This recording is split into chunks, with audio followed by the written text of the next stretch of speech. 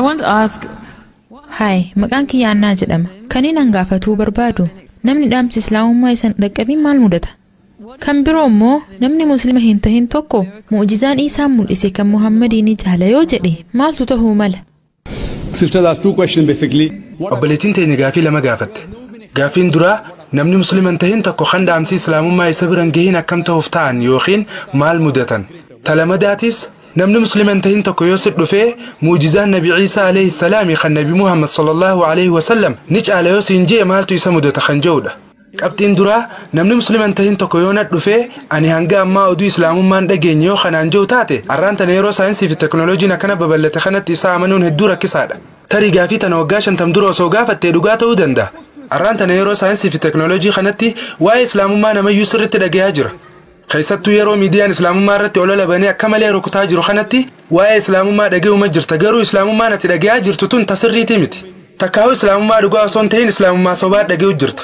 Musliimoonni shoorarkeessitoota, Musliimoonni fiinxaaleeyyiidha, islaamummaan amantii waa ajjeesuuti, mirga dubartootaa sarbanii tuffatan, dubartoota cunqursan, tarii haala kanaatiin waa'ee islaamummaa dhaga'u jiran. Kana jechuun islaamummaa dogongoraati karaa dogongoraatiin dhagayaa jiran jechuudha. Kanaafuu nama muslima hin tahin kan waa'ee waan islaamummaan dhugaan barsiisuun dhagahin tokko wanti isa mudatu. Akkana fakkaatutti namni muslima hin tahin tokko yookiin ilmummaan namaa hundinuu oduu takka miidiyaa irraa yoo dhagaye akkanumatti usee fudhachuun qabu. قرآن سورة الهجرات آيات جافة رتك نجا يا أيها الذين آمنوا إن جاءكم فاسق بنبأ فتبينوا يا ورا رب تيامنتن أدون تكيو سندفته غرنا مبراد برسون دورة تسرت قردا خنافو ديفنون تكيو ندفته أصو غرا براد برسون دورة وديفنون سن دعاء وخن دارته سي أدام بافتشون أكام برباچ ساده إما دام إسلامummaati wal qabate kana yoo laalle fakkeenyaaf namni muslima hin tahin tokko naannoo iddoo bishaaniin marfamte yoo jiraate takkaa'uu gammoojjii tumbuktuu keessa osoo jiraate yookiin ammoo naannoo waan takka waa'ee islaamummaatti dhaga'uu hin dandeenye yoo jiraatu taate hoo jalqaba irratti nama muslima ta'e hunda irratti osoo rakkoon ulfaattuun feetes jiraatte dhaamsa islaamummaa nama hunda biraan ga'uun dirqama. ربين قرآن خيست سورة فصلت آيات شنتمي سديرة كنجي سنريهم آياتنا في الآفاق وفي أنفسهم حتى يتبين لهم أنه الحق المنا ما هند بكفاد اللي يجرات ملتوت ينتم الاسم هنگا ملتون تنقرأ رقاتي سانجي ستتي أستي وانت ربين جي المنا ما شفاه أصو إسان اندوين درام ملتوت يجرسي ساجي مال في الدوفة قوفة دخيسا سنجران هنگا نمنسر ربين دقار جيف ودتوتي ملتو إساتي ملس dirqama ergaatana nama hunda biraan gahuudhaa rabbiin ifirra kaayee jira. Namni sammaatii muslimaa yookiin maatii musliman tahin keessa dhalatus takkaa'uu biyya muslimaatti dhalatu yookiin biyya musliman tahinitti dhalatus rabbiin dhaamsa islaamummaa kana nama cufaan ni gahaa jechuudha. Sababa kanaaf jecha bara 1950 keessa qorannoo yookiin sarvii wayiitu godhamee ture. Qorannoon tunis gosa yookiin sanyiiwwan ilma namaa lamarratti gaggeeffamte. Qorannoon tun warra gosa Kaapaawukuutii fi Aboorjiin Awustiraaliyaa Jaaman irratti gaggeeffamte. Gosti tun lameenuu qaroomina ammayyaa kan addunyaa tanaa wajjin hanga xumura bara 1950tti walitti dhufaniin beekan. Wayita qorattoonni haala jiruu fi jireenya hawaasa sanii baruuf dhaqanii ilaalan uummanni kun rabbiin tokko ta'uusaa amanan isa qofaatu gabbarama jaanii amanan ilma namaa tokkolleen qabu jaanii amanan akkasuma rabbii san gabbaruufis sujuuda godhan. Maqumaatu adda malee wanti isaanii hundinuu islaamummaa wajjin wal fakkaataadha. Silaa dhiibbaan alaa takka ilma namaa irratti godhamuu baatte namni hundinuu fedhinnaa isaa rabbiifiitiif kanna jechuudha. سبب خلاف نبين كين جالتما محمد صلى الله عليه وسلم دائمني هندي أمانتي فترة رتل لا تجان دائمني هندي دين جيرة من رتل لا مسلمة يد لا تجتول نبي خين جالتما صلى الله عليه وسلم دائمني هندي أقول لا مسلمة جان مسلمة جتول نما فدنا في شوف ربي في تفكن جتول خنا بود دائمني سنتري ماتي سارة ديبان تقدما تري برسيسا ساتين تري والرئيس رجوداتي يوخين هنگفوت ساتين ديبمه يبدأ جبروا فاجل كبودندا سنما جبروا فاجل كبودندا akkasumas tarii karaa qajeelaa irraa maquu danda'a. Kanaaf hogguu namni muslima hin tahin tokko islaamummaa fudhatu jecha deebi'ee yookiin riivarti jedhu fayyadamna. Muslima ta'ee dhalatee muslima ture. Boodarra gara amantii dogongoraa kan biraatti jijjiirame. Achiin ammaas gara amantii jalqabaa sanitti deebi'e. Amantiin sanis islaama jechuudha. Kanaafuu jechi sirrii jecha amantii isaatti deebi'ee yookiin riivarti jedhu kana jechuudha. Gara gaafii ta'etti hogguun deebi'u daa'imni hundinuu fakkeenyaaf daa'ima sadii fudhattee tokko kan kiristaanaaf dhalate tokko kan hinduuf dhalate tokko immoo kan yahudaaf dhalate ijoollee tanneen sadeenuu dhiibbaa qaama biraa yookiin dhiibbaa alaarraa adda fooyitii guddisi yeroo isaan guddatan haalli jiruu fi jireenya isaanii akkami jettee yoo halaaltu taate karaan isaan irra jiran islaamummaa qofa ta'uu hubatta eega dhiibbaan alaa itti dhufeen booda kan jallatanii waan dogongoraa gabbaruudhaan ilaalchaa fi yaadota dogongoraa akka qabaatan taasifaman haalli kun karaa saayinsiitiinis mirkaneeffamee jira dabalataan obboleettiitii Gaafiif lamaffaatti hogguu dhufnu ammoo Gaafiin ta'e lamada namni tokko khawwaa'ee islaamummaan beekne Ciisaa muujizaa jabduu hojjete jee yaade kami. Yesus Kiristoos nageenyi irraa jiraatu muujizaa mul'isuu isaatti anis ni amana. Garuu obboleettii tiyya muujizaa waan dhugaa fi dhara itti adda baafannu miti. Yoo Nabii Ciisaa alayhi salaam itti amantu taate akkasumas waan inni kitaaba qulqulluu keessatti dubbate yoo laalte wangeela Maatiyos boqonnaa 24 lakkoofsa 24 irratti Yesus nageenyi irraa jiraatu akkana jee Kiristoos kijibaa hedduu fi nabiyyoota sobaa hedduutu dhufuuf jiraata. Isaanis muujizaa fi ajaa'iba hedduu mul'isuudhaan nama hedduu sobuu danda'an. Inumaatu yoo danda'ame nama hayyuullee sobuu danda'an. Akka dubbii tanaatti Yesus muujizaan qoftiin waan dhugaa fi dhara ittiin addaan baafannu miti jechaa jira. Kiristoos sobaa hedduu fi nabiyyoonni kijibaa hedduun dhufuu danda'an. Muujizaa fi ajaa'iba mul'isanii nama soban. Yoo danda'ame ammaas nama hayyuudha jedhamullee sobuu danda'an. Kanaaf jecha Ciisaan alayhi salaami muujizaa waan dhugaa fi dhara ittiin addaan baafannu miti jechaa jira jechuudha. Muujizaan nama tokko gooftaa godhuu hin dandeessu. Muujizaan nama tokko olaanaa godhuus hin dandeessu. Sababni isaa muujizaa yookiin raajiin hundi kan nabiyyoota hundaan hojjetaman hundinuu rabbii tokkichaan hojjetaman. Muujizaan hundinuu jechuudha. All the miracles done by Moses. Muujizaa Muusaan hojjetame hunda kan akka bishaan galaanaa bakka lamatti addaan muruudha. Ammaas wayita ulee darbu gara bofaatti jijjiiramuun kun hundinuu waan rabbiin hojjete.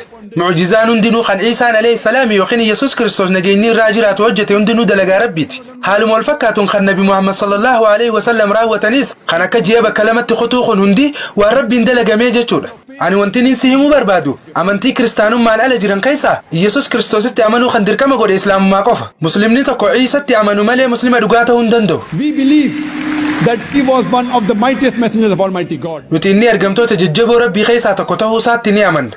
Inni masaayaa takkaa'uu Kiristoos ta'uu isaa ni amanna. Haala ajaa'ibaatiin qunnamtii dhiiraatiin malee dhalachuu isaa ni amanna. Inumaa dhimma kana kiristaanonni ammayyaa ni morman. Fedhii rabbiitiin du'aa fayyisuu isaa ni amanna. Fedhii rabbiitiin ummata qaroo malee dhalatanii fi kanneen qumaaxaa turan fayyisuu isaattis ni amanna.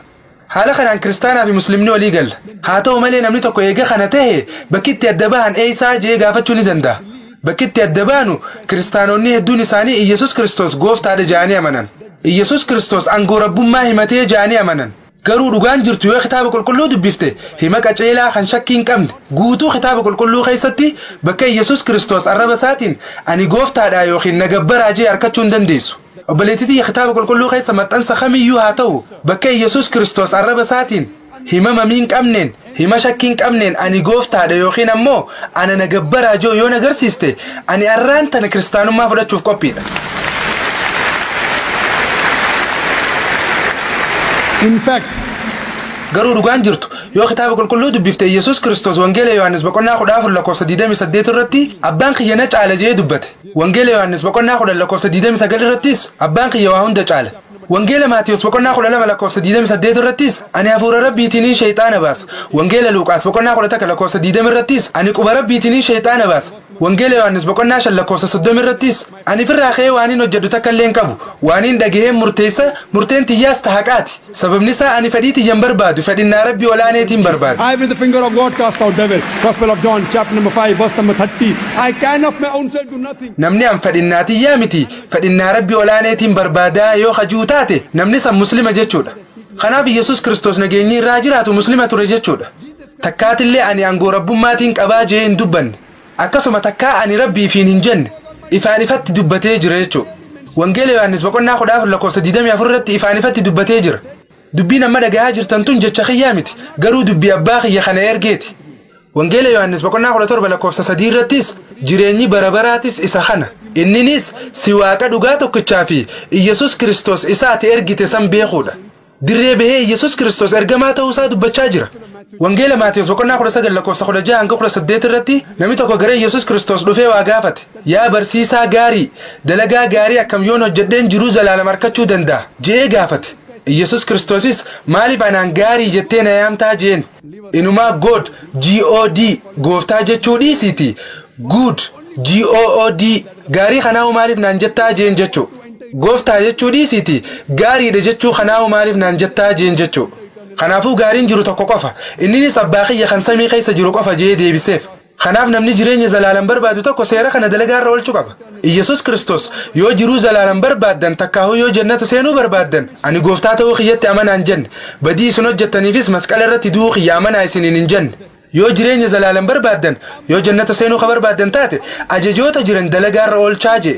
kitaaba hojii ergamtoota boqonnaa 2 lakkoofsa 22 irratti yaa warra Israa'el dubbii tana dhageeyaa akkuma isinuu beektan Iyyasuus namni Naazireet nama waaqni karaa isaatiin baasa raajii fi mallattoo adda addaa tan inni isin jidduutti hojjeteen isinii filate waan kanaaf isinuu ragaadha maal jee Iyyasuus warra Naazireet nama gooftaadhaan isin keessaa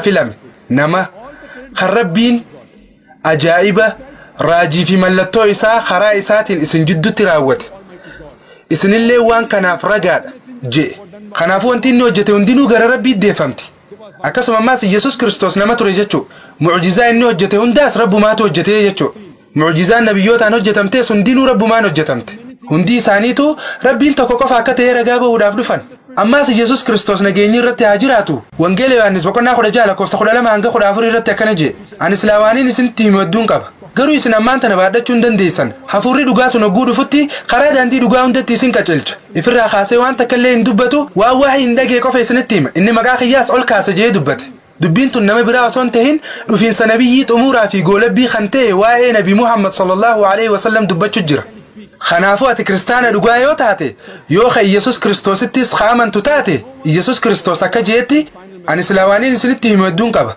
garuu isin ammaan tana baadhachuu hin dandeessan hafuurri dhugaa sun yeroo dhufutti karaa daandii dhugaa hundatti isin qacelcha inni ifirraa ka'ee waan takka illee hin dubbatu waan waa'ee hin dhagee qofa isinitti hima inni maqaa kiyyaas ol kaasaa jee dubbate jechuudha dubbiin tun nama biraa osoo hin tahin dhufiinsa nabiyyii xumuuraa fi goolabbii kan ta'e waa'ee nabi Muhammad sallallahu alaihi wasallam dubbachaa jira kanaafuu ati kiristaana dhugaa yoo taate nabiyyii xumuuraa fi goolabbii kan ta'e nabi Muhammaditti sallallahu alaihi wasallam amanuu qabde jechuudha deebisaasiif deebiseetiin jira jeetiin abdadha Assalamu alaikum. I just want to tell Dr. Zaakir. Assalamu alaikum Dr. Zaakir. Ani waan takka sitti himuu barbaada. Ani durumaanuu gara amantii duraatti deebi'ee jira. Gaafii kana maatii kiyyaa fi hiriyoota kiyya warra kiristaanaa bakka bu'eetiin si gaafadhe. Wantiin jechuu danda'u subhanallah la ilaha illallah. Say, subhanallah and la ilaha illallah.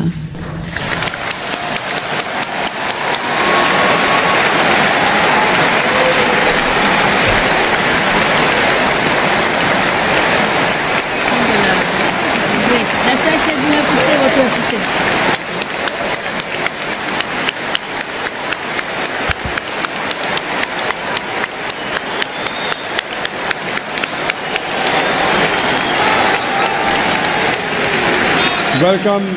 Welcome to religion of peace. obboleettii gara amantii nagaa baga nagaan dhufte rabbiin keenya mindaa gaarii fi jannataa siif haa hiru rabbiin subhaanahu wa ta'ala akkasi qajeelchu du'aayin siif godha And may Allah subhanahu wa ta'ala guide you.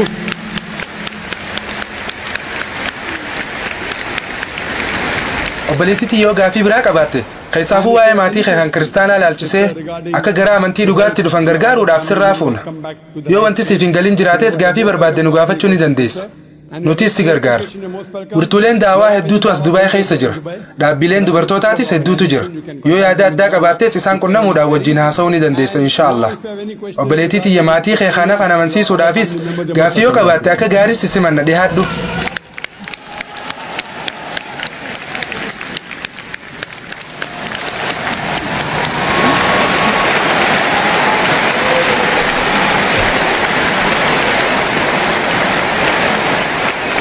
That's why I said you have to say what you have to say.